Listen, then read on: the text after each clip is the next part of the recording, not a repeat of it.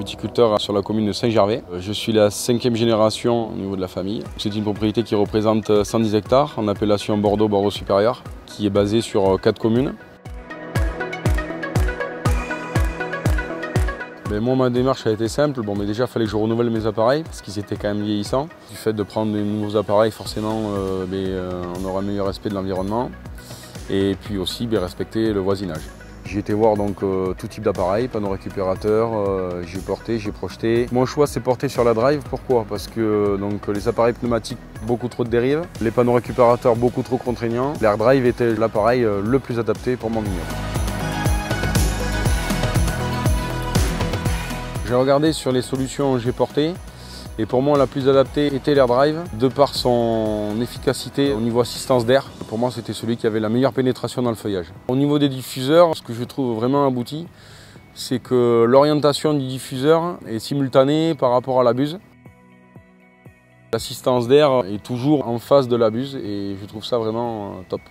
On peut les orienter comme on veut. L'avantage, c'est qu'à plusieurs stades végétatifs, on peut cibler sur le raisin, sur le haut du feuillage, sur le milieu. On peut faire remonter le produit du bas vers le haut ou du haut vers le bas.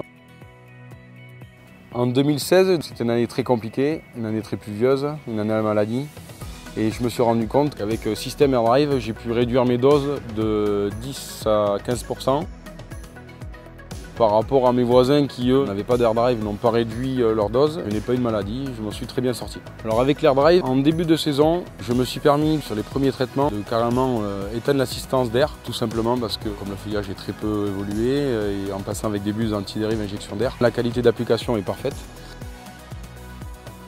Même en fin de saison, où le feuillage est vraiment en pleine pousse, j'ai pas besoin de mettre l'assistance d'air à 100%. Le régime ventilation maximal est à 3600 tours. Arrivé à milieu de saison, on est entre 2800 et 3000 tours pour juste monter à 3200 tours maximum. Sur une saison de traitement, on fait des économies de gasoil qui peuvent aller jusqu'à 10, 15, 20% suivant les années.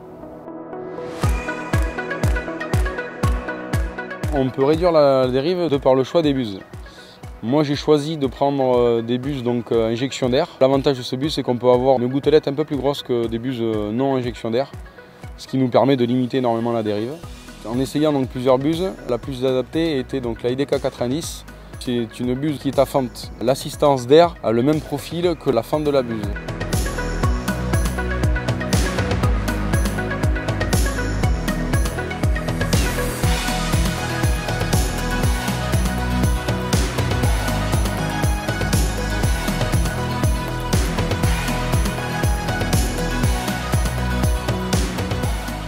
J'ai eu des problèmes avec mes voisins, avec mes anciens appareils qui étaient des appareils pneumatiques.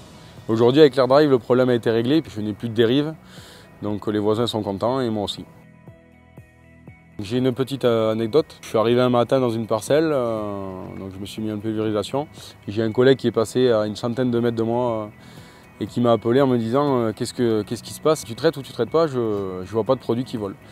Donc j'étais bien en train de traiter, j'étais avec des buses anti-dérive et la dérive, on ne la voit pas.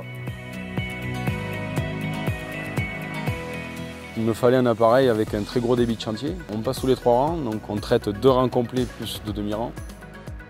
Le très gros débit de chantier puisqu'on roule à 7 km/h. Et puis après il y a aussi les volumes hectares où on peut travailler avec des volumes hectares bien plus faibles du style 120-130 hectares. J'ai aussi moins de contraintes de réalisation de traitement puisque je peux commencer tôt le matin, je peux pulvériser quand il y a de la rosée. Je ne suis pas non plus embêté par les capuchons floraux puisque j'ai aucun problème de colmatage. J'ai plus besoin d'avoir 2 appareils différents pour le début de saison ou pour le reste de la campagne. Un seul appareil me suffit car l'air drive permet de concilier réduction de la dérive, le débit de chantier au stade précoce comme au stade tardif. L'air drive est un appareil aussi qui est très maniable, très simple, puisqu'on a une assistance qui s'appelle ACS, où quand on arrive en bout de rang, on fait une impulsion sur un seul bouton, ça nous coupe la pulvérisation, ça nous remonte les rampes, on fait notre manœuvre, on refait une action sur l'ACS, les descentes se remettent en place, la pulvérisation se rallume. L'air drive est équipé aussi d'une rampe négative. L'avantage de la rampe négative nous permet de pouvoir lever ou baisser la rampe. Ce que j'ai trouvé vraiment très abouti aussi, ce sont les descentes air drive, parce qu'elles sont très costauds mais très légères, ainsi que la rampe. Qui dit léger dit forcément moins de poids au niveau de l'appareil, donc on a quand même aussi moins de tassement de terrain. J'ai eu très peu de bouchage. Bien sûr, pour éviter le bouchage, il faut rincer le soir l'appareil à l'eau claire.